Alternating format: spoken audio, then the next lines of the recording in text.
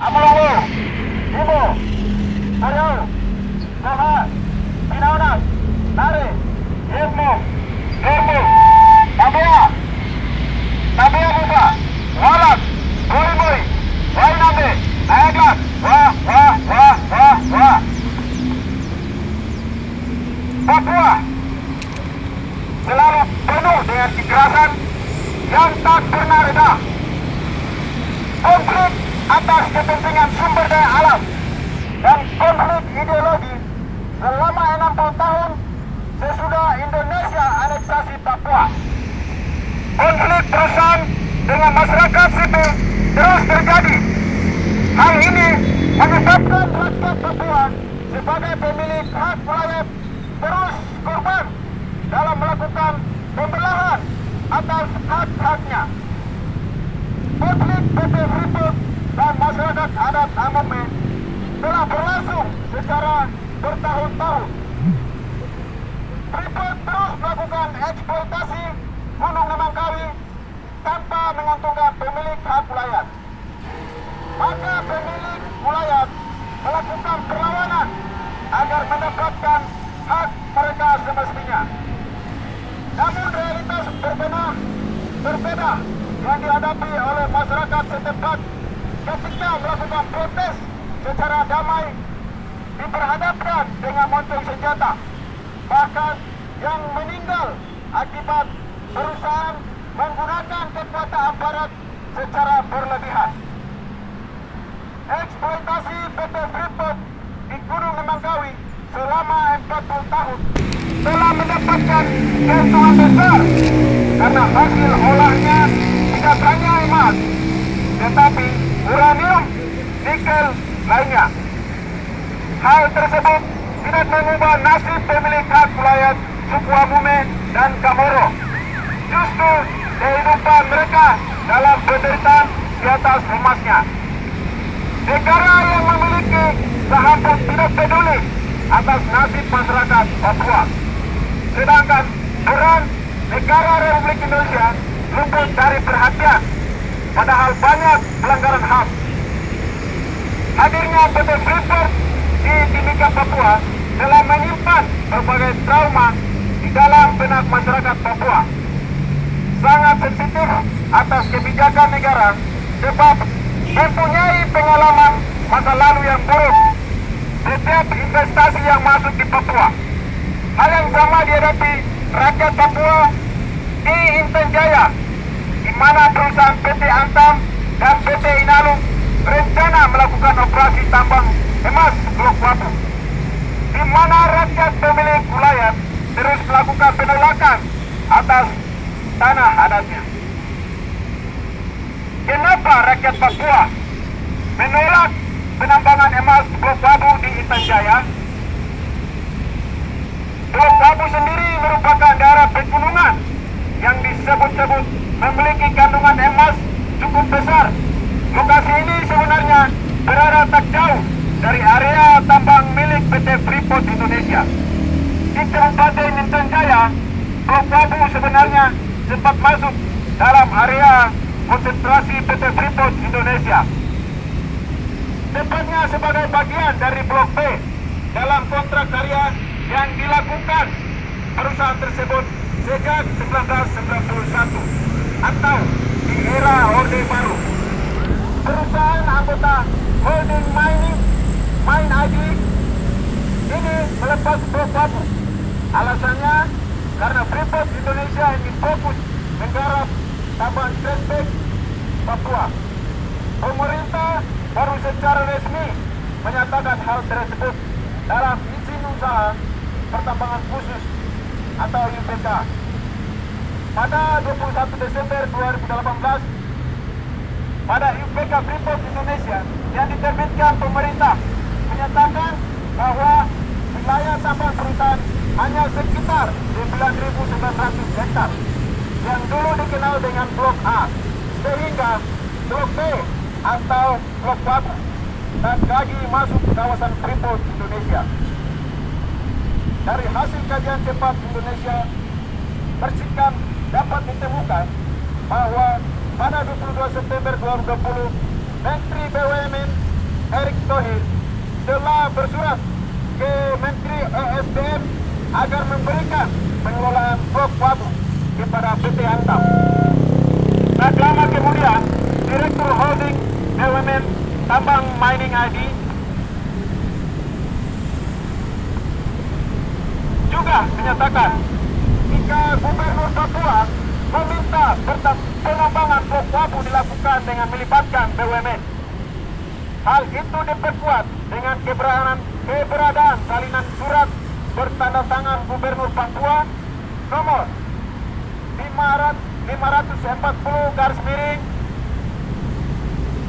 11625 garis miring Z yang berisi dukungan dan merekomendasikan WUPK Blok Wabu seluas 40.000 hektar kepada Mine ID. Lahan konsesi Blok Wabu berdekatan dengan pos militer dari hasil eksplorasi PT FI di Blok Wabu. Terungkap bahwa ada cadangan emas lebih dari 116 juta ton biji. Kandungan mineral dari tiap biji rata-rata 2,16 gram emas dan 1,75 gram perak. Dengan kata lain, potensi emas di Blok Wabu setara dengan 8,1 juta ton emas. Sejak DPNPB sudah menyatakan sikap untuk menolak rencana penambangan Blok Wabu. Mereka juga meminta kepada Gubernur Papua untuk menarik kembali surat rekomendasi wilayah izin usaha pertambangan khusus atau WIUPK nomor 540 1625 garis miring Z yang dikeluarkan di Jayapura pada 24 Juli 2020. Perusahaan kedua adalah PT Madinah Murata Aid Bio Pertambangan. Perusahaan dengan konsesi 23.150 hektar tersebut masih dalam tahap eksplorasi emas.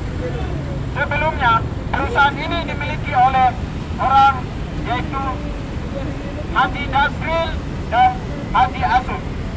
Perusahaan ini kemudian menjalin kerjasama dengan perusahaan asal Australia West Wits Mining. Namun belakangan West Wits Mining justru menjadi pemilik sejumlah 64% saham di Madinah Murata Aid. Pada 2016, West Wits Mining juga memberikan sejumlah 30% saham kepada Tobacco Del Mandiri atau PT Tambang Raya Sejahtera, anak perusahaan dari Tobacco Sejahtera Group, sebagai bentuk perjanjian aliansi bisnis. Lahan konsesi MG berdekatan dengan beberapa pos militer seperti Polsek Sugapa, Polres Intan Jaya, dan Kodim Persiapan Intan Jaya. Perusahaan ketiga adalah Nusapati Satria Bio Pertambangan. Izin konsesi terbit pada 2011 dengan mencapai 25.170 hektar. Perusahaan ini masih tahap eksplorasi emas dan terletak sangat dekat dengan perkampungan di distrik Sugapa. Bahkan lokasi konsesi perusahaan ini juga berdekatan pos militer Sugapa, Polres Intan Jaya, dan Kodim Persiapan Intan Jaya. Perusahaan keempat adalah PT Otabara Mitra Mata Izin Usaha Pertambangan. Secara administratif, sebenarnya perusahaan ini telah terletak di Kabupaten Panyai, Provinsi Papua. Namun lokasi perusahaan seluas 40.116 hektar tersebut berada persis di perbatasan Kabupaten Intan Jaya dan terlewat langsung Jalan Trans Papua.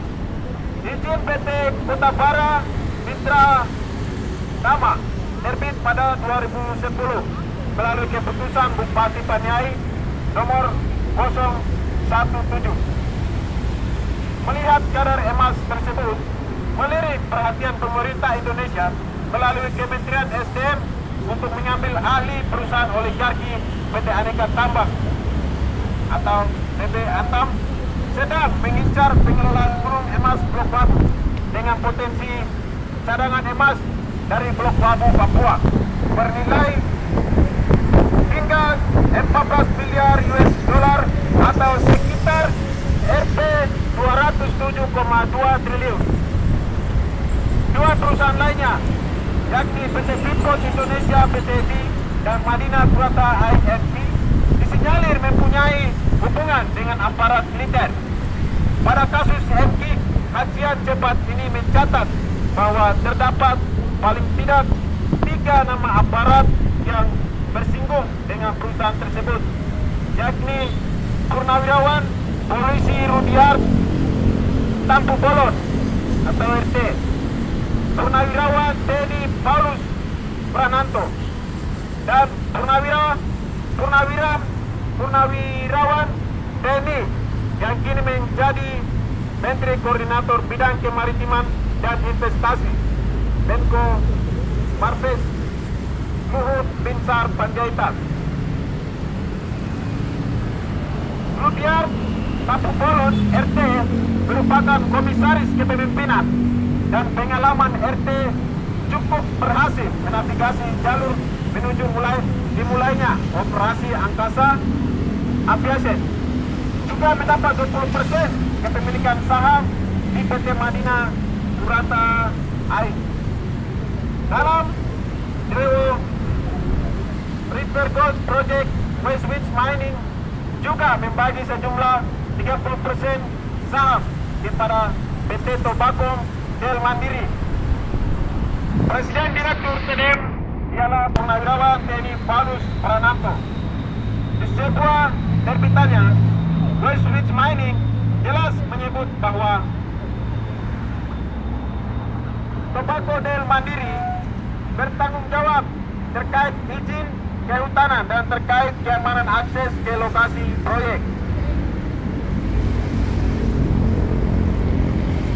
TDM atau Tobacco Del Mandiri merupakan bagian dari PT Tobacco Sejahtera Group.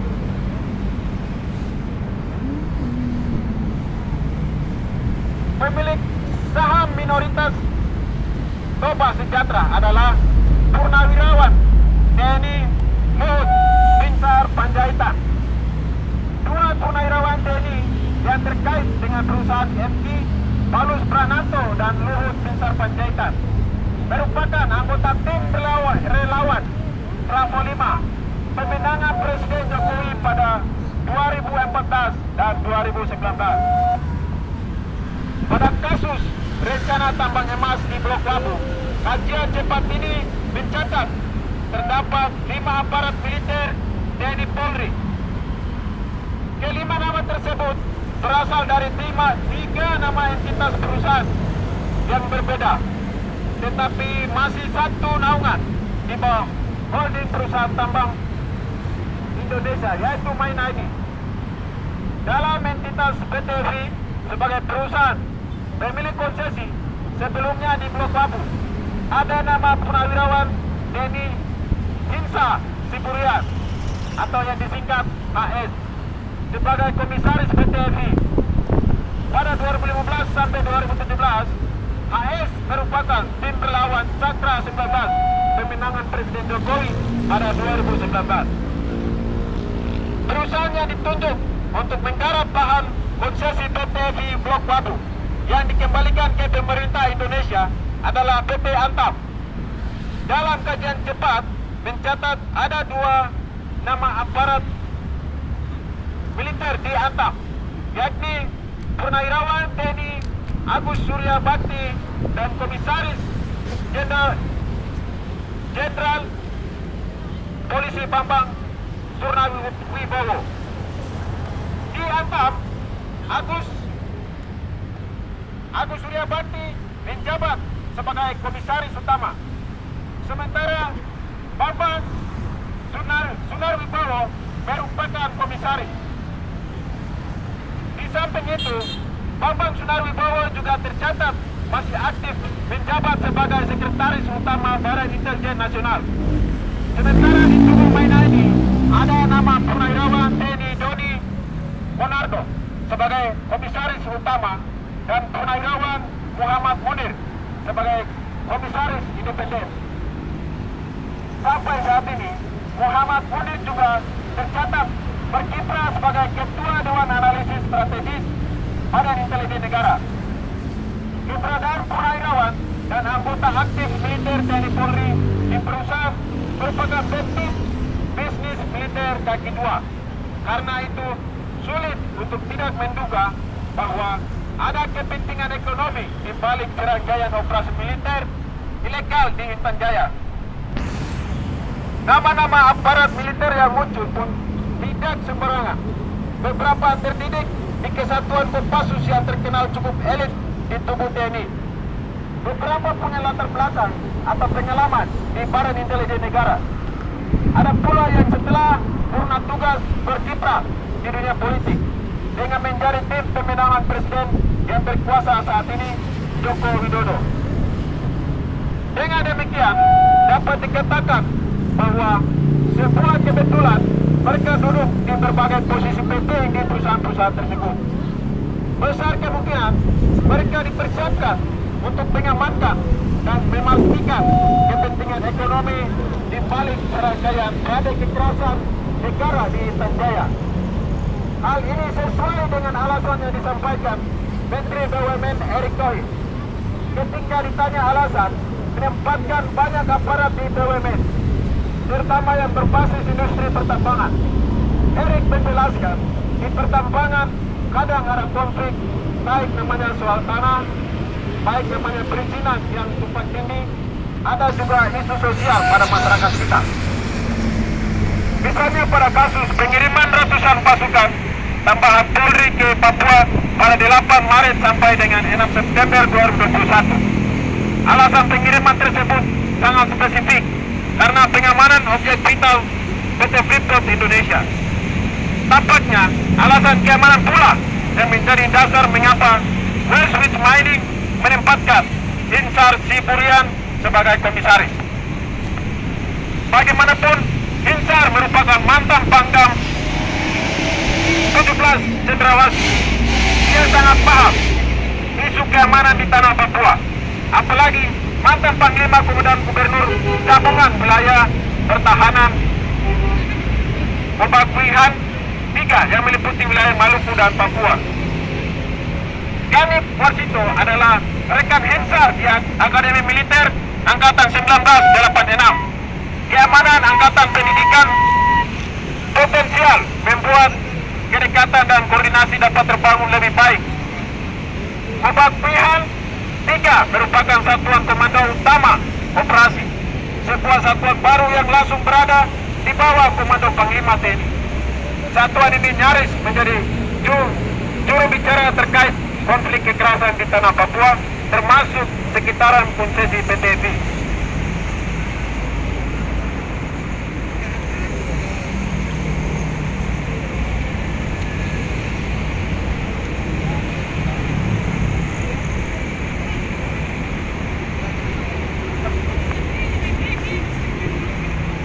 Dari pengalaman buruk yang dihadapi rakyat Intan Jaya, kami, mahasiswa tergabung dalam Front Mahasiswa Papua se-Jawa dan Bali, tolak Blok Wabu, mendesak: 1.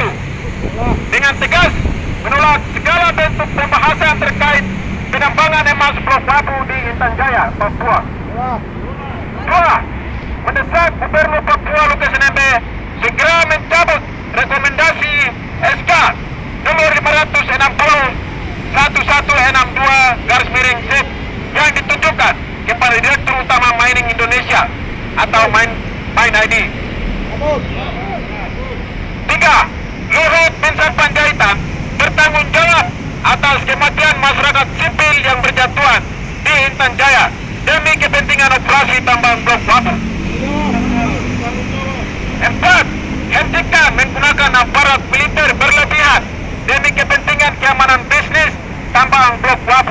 5. DPR RI segera menyurati Menteri SDM untuk mencabut perizinan tambang Blok Wabu, PT Antam dan Inalum Enam, kepolisian hentikan kriminalisasi aktivis HAM Haris Azhar dan Fathia. Koordinat Fathia Maulidianti. 7. Kami mendukung Haris dan Fathia dalam membongkar keterlibatan militer Luhut di operasi tambang Blok Babu Intan Jaya. 8. Mengutuk keras elit-elit yang mengatasnamakan rakyat Intan Jaya demi operasi tambang emas Blok Babu.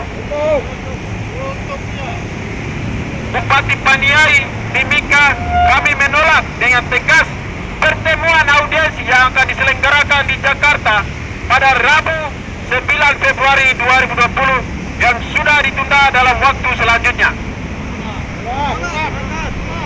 9. Kami mendesak DPR RI untuk segera bentuk tim agar langsung dengan pendapat LDP dengan masyarakat Intan Jaya. 10. Mendukung pernyataan Bupati Natalis Tabuni menolak operasi tambang emas Blok Babu di Intan Jaya. 11. PT